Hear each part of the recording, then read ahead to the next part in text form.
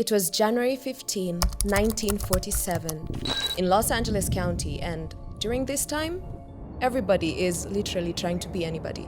It was the highlight of Hollywood, so there's everybody running around with scripts. Producers are looking for actresses, but for one particular person, she just wanted to share a morning with her daughter. So they went out, took a walk, just like you normally would. But on this particular day, she met with something that would scar them for the rest of their lives. They tried to look, is it a mannequin? Could it possibly be a prop? But when they drew closer, that's when they realized it was a mutilated body. This is the story of the Black Dahlia.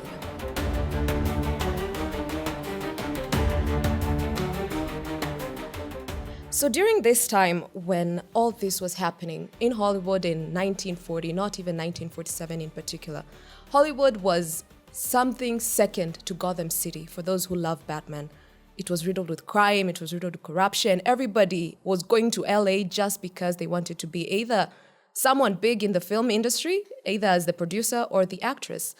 But for one particular person, her dream, just like everybody else, was just to make it, just to have one thing, and that was just to be featured in a film. Her name was Elizabeth Short, 22 years old, just in LA for 6 months. She hadn't been there for long. She was underage at the time, so she didn't have any job, she didn't have any family.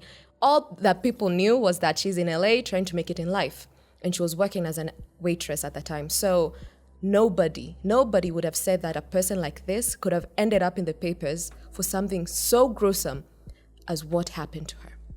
So on this morning, when this lady was walking her daughter, she found a mutilated body outside, just literally outside, guys. Just picture that. You're walking outside and it's an empty lot, and then you find someone posed.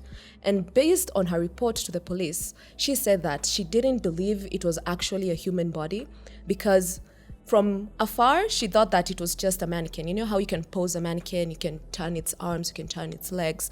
But she decided, for some reason, I'm going to move forward. Let me just see, just in case it's a prop.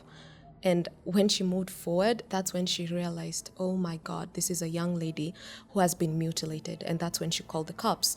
But the LAPD was stumped because when they started investigating this whole thing, there was nothing, literally nothing but the body in front of them. There was no sort of evidence, no sort of witness, no sort of suspect.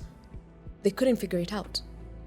And I'll try as much as I can to just describe lightly how her body was. And I know I can't put this up on the internet, but I'm sure you can search it up. Her autopsy pictures, they were so horrible. Please, caution.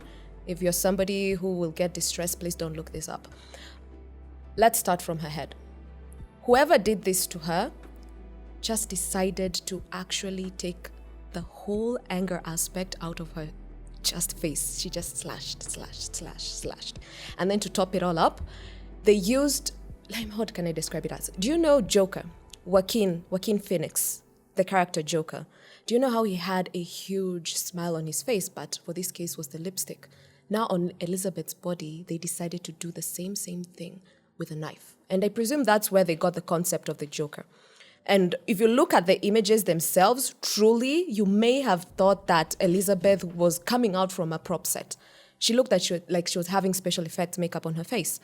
And that's what people were shocked about. But it even got more shocking because the moment they pulled out the covers, that's when they realized that she was sawed in half. And the blood in her body was drained. In this modern day, if somebody told me that, I would have said that this was maybe a magician act gone wrong. Probably, even this is the time I would have believed that vampires exist, because how do you tell me that someone has no blood in their body? It's literally quite impossible. And the weird thing is that there was so much precision with how she was mutilated that people are now convinced, oh, this is somebody who has medical practice who committed this gruesome murder. Because if you are a web sleuth, maybe you're even just a true crime fanatic, you realize that mutilating somebody is not an easy task. Just sawing somebody in half is not an easy task. That's what they say, even the FBI tells you that. If you realize that somebody has been decapitated or maybe their limbs have been removed from their torso, it took some time, meticulous time. And for the crime scene itself to have nothing, no sort of evidence, no trace evidence, no physical evidence, no biological evidence, there was nothing. It's like she was just placed there like I said, like a prop. So the LAPD, what do? It's the 40s. They call the FBI, ring, ring, ring. You guys have to come down here. We have a case. The FBI come here and they have 150 suspects. 150 suspects. That's a huge suspect pool to try and narrow down. And it never made anything easier because the media was now trying to twist everything up. Because at the time, like I said, it was like Gotham City. Nobody was believing anything. There was so much corruption going on around. And the media were not trying to twist the story. They were saying, oh, Elizabeth is a prostitute. Oh, Elizabeth was in the gang. Oh, Elizabeth maybe owed debt to somebody. Oh, this was maybe a crime of passion. And the worst thing of all is that Elizabeth's mother did not know that her daughter was mutilated, not let alone even dead, because the media actually called her and pretended that Elizabeth had won a beauty pageant. So the media was trying to get information about Elizabeth before anybody else got the information. You can imagine that. As a parent, somebody calls you and tells you, oh, your daughter has won a beauty pageant and you want to surprise her. Can you tell us more about her? What was she like? What was she doing in LA? And as they're collecting this information, the mother is so excited, they drop the bombshell. Oh, by the way, we're the media, we're the newspaper. Your daughter has been caught dead and mutilated, and her body is down at the LAPD. So you can imagine the mother's shock because she didn't know what to do. Honestly, as a parent, you wouldn't know what to do. You sent off your child 6 months ago. She was all right. The only thing you've heard from her was that 4 months prior, she was arrested for underage drinking. And a few weeks before that, she was applying for a job. Mind you, that was the only reason the LAPD could figure out who the dead body was, because her face was so cut up, nobody could identify her. So they took the fingerprint, ran it into the system, and that's when it popped up. So meaning if Elizabeth did not apply for this government job during that time, it would have been an anonymous case. So the case began. Everybody's now investigating. The police are now trying to do this. The FBI trying to do this. The media are trying to do their level best to come up with a story. And that's when they called her the Black Dahlia. I'm not old enough to know whatever was happening back then, but what I can tell you guys is during that time, there was a movie that was out and it was called The Blue Dahlia. So they associated her with the same name, but the Black Dahlia. And this is because Elizabeth was known to wear black clothing. She just loved wearing black clothing. So they just nicknamed her the Black Dahlia. And everybody is now trying to figure out, oh, was this a mob case? Was this somebody who hated her so much that decided to murder her? Was this someone in the Hollywood industry who just decided, oh, I'll make an example out of you? There was so much theories that was going around, they couldn't pinpoint something that was actually true. And this was just happening within the first couple of days. Mind you, her body was found on the 15th, right? On the 24th, somebody actually sent a message to the newspapers. And they said, I am the one who murdered Dahlia. And I'll send you everything of her personal effects. And the media was like, this is just another person trying to make it. But that evening, they received a package. It had her driver's license, her business cards, and other personal effects that nobody else could have had at the time. And they said that I'm the one who murdered her. And they took the thing to the police, but they couldn't find anything because at the time back then, of course, there's no luminol. They can't clean up the evidence using luminol. That time, the only best thing they could do is use gasoline.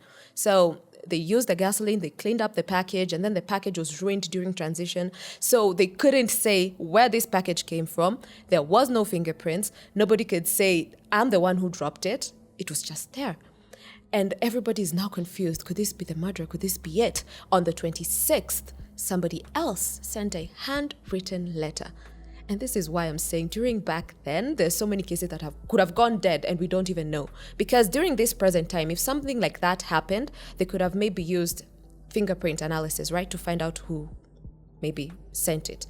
Maybe they could have used the luminol itself to identify is there any blood in this thing. Maybe they could have decided, let us use the handprint matches. Let's try and see. Is somebody handwriting, did they match or something? No, they don't. Maybe this is not the suspect. At that time, they had nothing. They were just guesstimating. This is the 1940s. Everybody's just guesstimating at this point. So the letter came in and said, no, the other person, they lied. I'm the one who murdered Dahlia. And nobody believed. So at the end of the day, they came in and then they said, never mind. Justice has been served. so I don't need you to solve the murder anymore. So nobody could figure out, are the police not the ones who are working? Is the parents the ones who are lying? Is the sister the one who is lying? Because there was so much going around in this woman's life, nobody could pinpoint what is true, what is not. And I tried so much, guys. I tried so much to look back into her history, the final moments, the final hours or even days before her death. And the only person that I could find was Robert Red.